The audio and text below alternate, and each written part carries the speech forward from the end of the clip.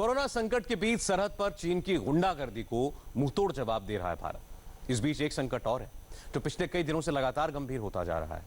पाकिस्तान से आए टिड्डी दलों का टेरर।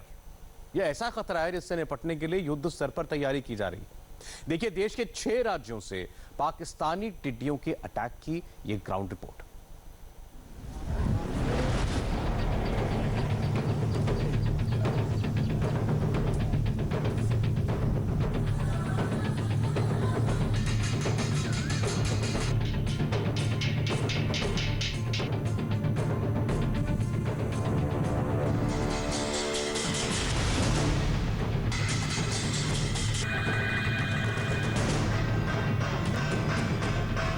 कोई सोच भी सकता था पाकिस्तान से आए टिड्डियों से हिंदुस्तान के 6 सूबों को युद्ध स्तर पर लड़ना पड़ेगा।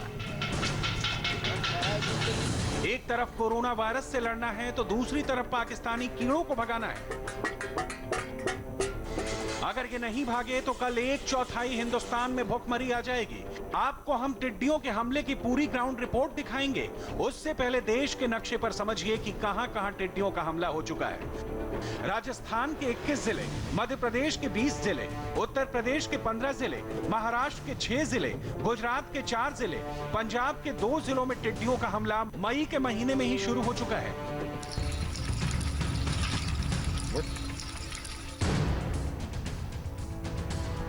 पिछले 3 दशक में ये टिड्डियों का सबसे बड़ा हमला है। ये हालत अभी मई में ही है। अभी तो जून और जुलाई का पूरा महीना बाकी है, जो टिड्डियों के अटैक का पीक सीजन माना जाता है।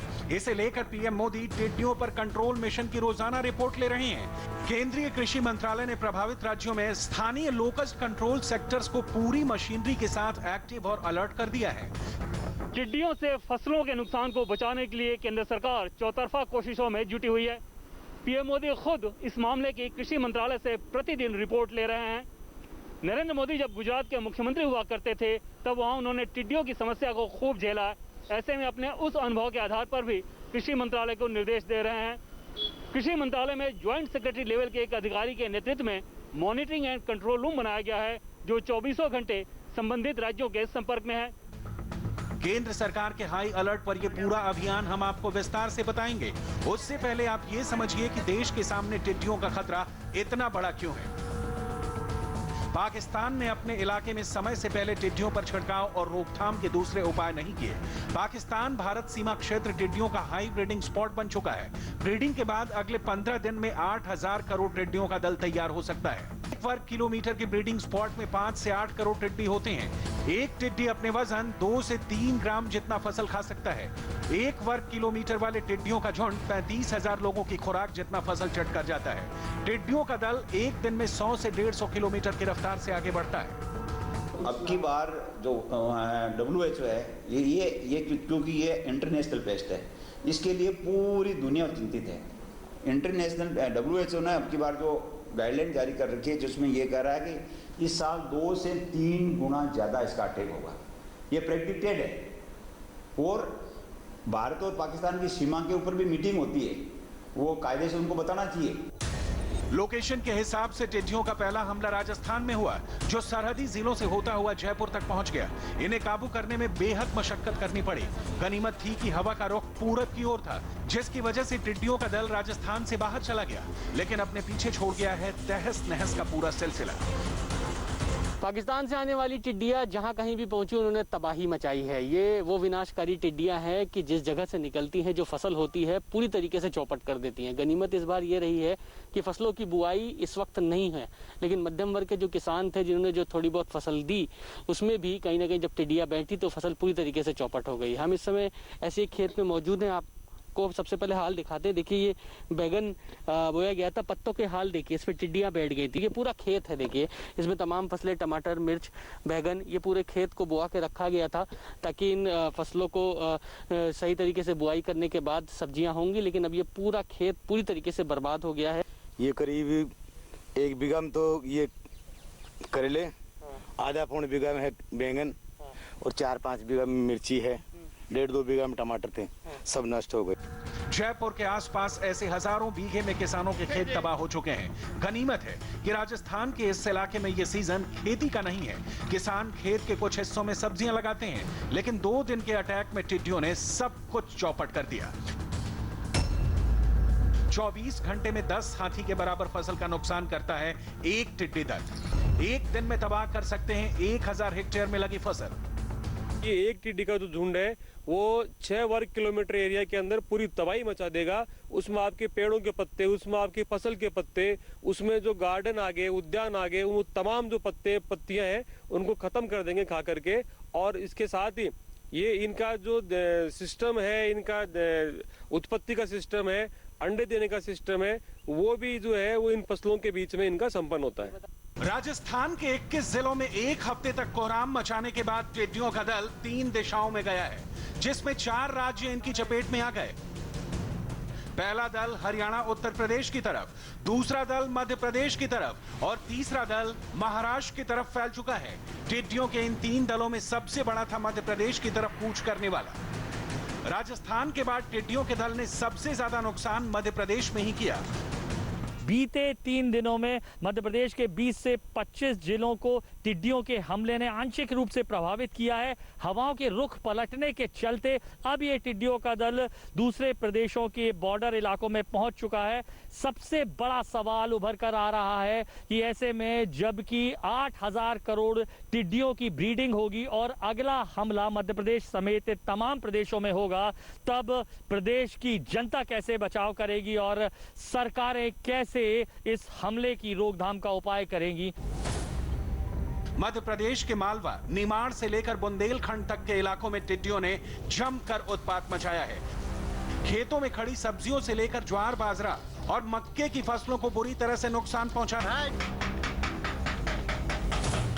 हालांकि इस इलाके के लोग टिड्डी हमलों को लेकर पहले से ही तैयारी करते हैं।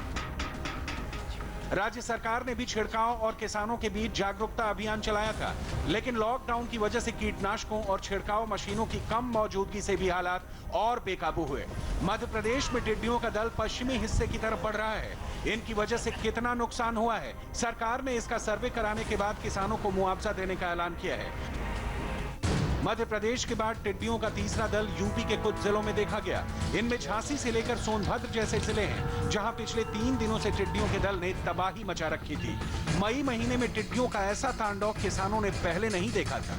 यूपी का टिड्डी कंट्रोल सेंटर भी ऐसे हमले के लिए अलर्ट तो था, लेकिन टिड्डी दलों का दायरा इस बार बेहद बड़ा था। इसे देखते हुए मुख्यमंत्री योगी आदित्यनाथ ने आपात बैठक बुलाई और 15 जिलों को हाई अलर्ट रखने का निर्देश दिया। उत्तर प्रदेश सरकार ने समस्त जिलाधिकारियों को निर्देश जारी किया है कि टिड्डी दल से निपटने के लिए लोकल स्तर पर पूरी व्यवस्था को कंप्लीट कर लिया जाए। इसके बाद उत्तर प्रदेश सरकार का दावा है कि जिन 3 जिलों में टिड्डी दल अभी तक नजर आया है, वहां पर 50% उनकी संख्या को खत्म किया जा चुका है और आगे की कार्रवाई उत्तर प्रदेश सरकार की लगातार जारी है।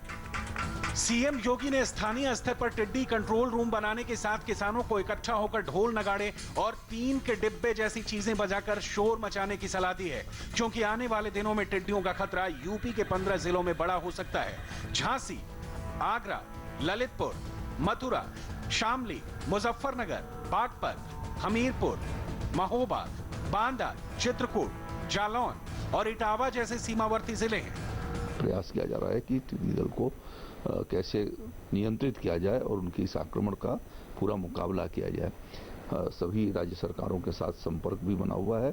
हमारे सीमावर्ती जनपद के अधिकारियों ने अन्य राज्यों के सीमावर्ती अधिकारियों के साथ सतत संपर्क में बना रखे हैं।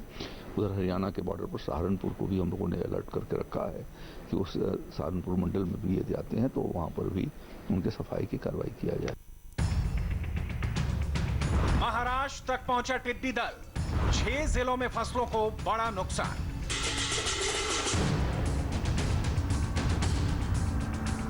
महाराष्ट्र के विदर्भ इलाके के लिए यह मौसम वैसे ही मुश्किल भरा होता है। टिड्डियों के हमले ने किसानों की चुनौती दोहरी कर दी है। यहाँ के किसान भी पारंपरिक तरीके से टीन बजाकर, नीम की पत्तियां जलाकर टिड्डियों को भगाने का जतन करते हैं।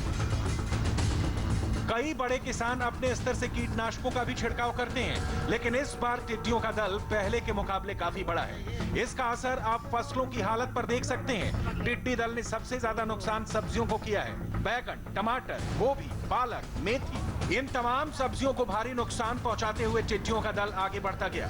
सब्जियों के साथ संतरा, मौसमी और नींबू जैसे बड़े पौधों को भी टिड्डियों के दल ने नहीं बख्शा। फसलें पूरी तरह से चौपट करते जा रहे हैं टिड्डी दल। नागपुर को संतरों का शहर कहा जाता है। नागपुर के अलावा अमरावती के वरुड़, मोर्शी को संतरों का मैनचेस्टर मोर्शी को कहा जाता है, लेकिन टिड्डियों के झुंड ने बड़े पैमाने पर संतरा, मौसमी, नींबू तमाम फसलों को बड़े पैमाने पर नुकसान पहुंचाया हुआ है। टिड्डियों का दल मध्य प्रदेश से आने के बाद 5 जिलों में फैल चुका है। महाराष्ट्र की सीमा पार करने के बाद टिड्डियों का दल 2 तरफ का रुख कर रहा है, एक तरफ छत्तीसगढ़ और दूसरी तरफ आंध्र प्रदेश और तेलंगाना।